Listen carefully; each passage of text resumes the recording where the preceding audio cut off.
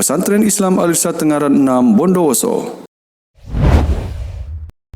Jadi Masya Allah rapi, bagus, bersih. Kita dulu tempat makannya itu terbuat dari bambu. Jadi lebih bersih, lebih rapi. Kita dulu tempat itu masih dengan bambu. Saya tadi masuk ke kamar. Satu kamar berapa orang kalian? 10. Hah?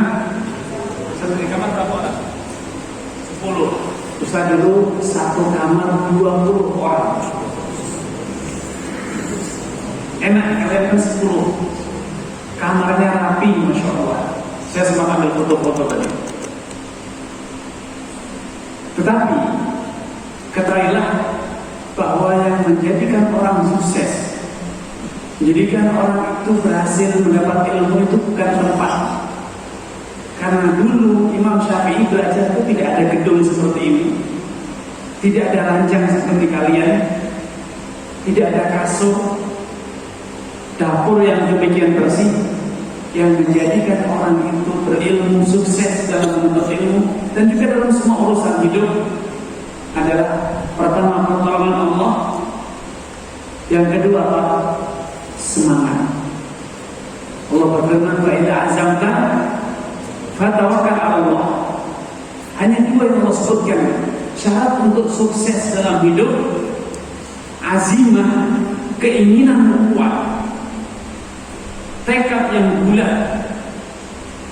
Yang kedua adalah pertolongan Allah. Karena itu setelah kita membulatkan tekad, maka selanjutnya adalah tunggulah pertolongan Allah. Mintalah pertolongan Allah Subhanahu wa taala. Berdoa dengan sungguh-sungguh. Terus memperbanyak ibadah, memperbanyak amal soleh, beristighfar. Karena dengan itu kita akan menurunkan pertolongan Allah Subhanahu wa taala. Dengan kita memperbanyak doa, beristighfar, ibadah kepada Allah, Allah akan memberikan pertolongan kepada hamba-hamba-Nya. Inna lanansuru rusulana walladzina amanu fil hayati dunya.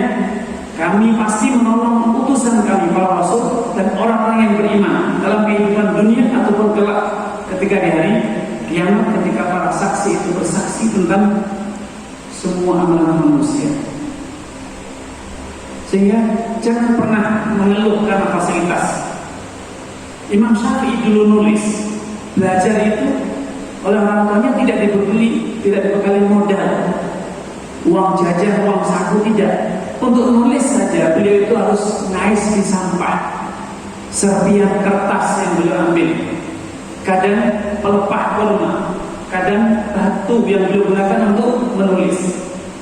Minim fasilitas, tetapi keinginan kuat beliau, usaha kuat beliau menjadikan beliau sukses dalam belajar. Karena itu jangan pernah mengatakan, oh enak si fulan, kenapa punya fasilitas bagus, sekolah yang bagus. Tidak. Keberhasilan seseorang tidak diukur dengan seberapa bagus fasilitasnya, tetapi seberapa kuat usaha kita, seberapa sungguh-sungguh kita dalam belajar, menghafal, membaca, bertanya kepada ustadznya. Kemudian adik-adik harus optimis. Saya dulu waktu di pesantren seperti kalian, belum tahu harus kemana melanjutkan pendidikan. Belum kenal namanya Jamiah Islamiyah, belum kenal namanya Libya, belum ada SDDI, belum ada yang lain. Pokoknya dulu persepsi masuk pondok itu karena tidak mampu sekolah di umum. Di tahun 90-an yang masuk pondok itu adalah orang-orang yang karena tidak mampu biaya untuk sekolah di sekolah umum, atau karena anaknya nakal.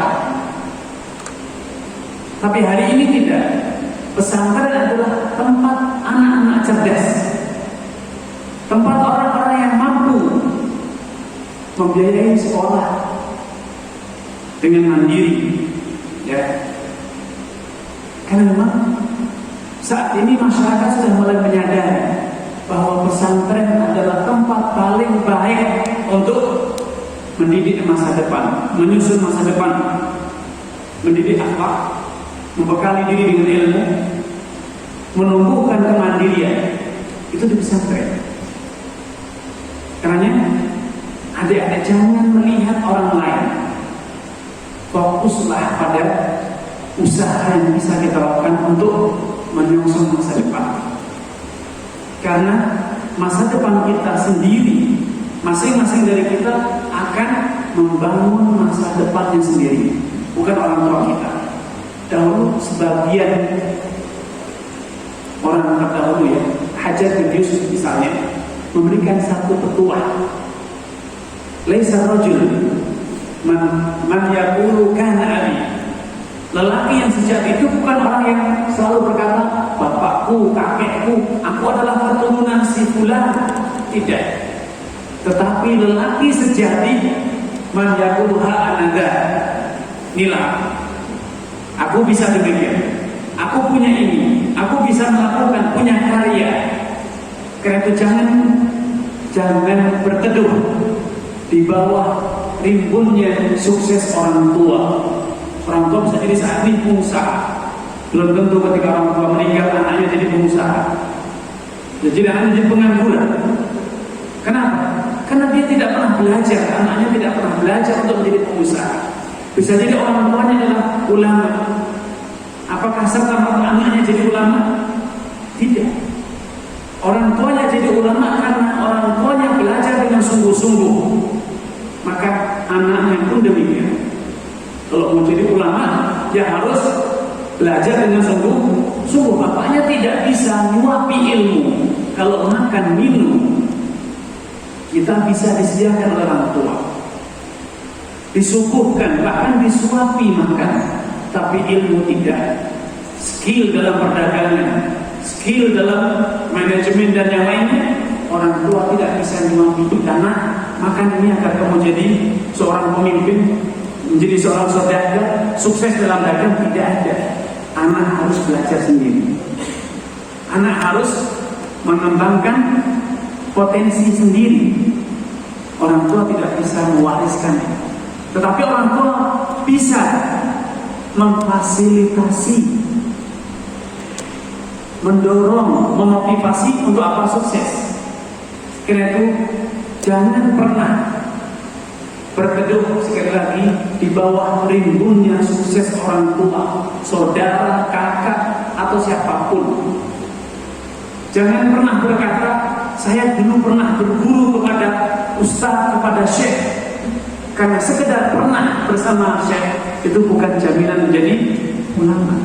Sampai kita mengikuti langkah syekh, langkah ulama dalam usaha sungguh-sungguh menghafal, banyak membaca, banyak bertanya, banyak berpikir, banyak menganalisa. Ibnu Abbas radhiyallahu anhu adalah saudara sepupu Nabi, ya. Saudara sepupu Nabi karena ayahnya beliau adalah Abbas. Abbas itu saudaranya Abdul Muttalib. Saudaranya Abdullah. Saudaranya Abdullah, bapaknya Nabi. Beliau adalah saudaranya Abdul Muttalib. Ya. Abdul Muttalib punya beberapa anak, salah satunya Abdullah dan Abbas. Saudara sepupu Nabi. Ketika beliau ditanya dengan apa beliau, bagaimana caranya Ibnu Abbas mendapatkan ilmu yang luas sehingga beliau dikenal sebagai penterjemah atau penafsir, pakar tafsir Al-Quran dari kalangan sahabat. Beliau menggambarkan, beliau menceritakan tentang kiat suksesnya. Bilisanin sa'ul wa qalbin aqul. Ada dua kunci sukses beliau menjadi juru tafsir Al-Quran di kalangan para sahabat.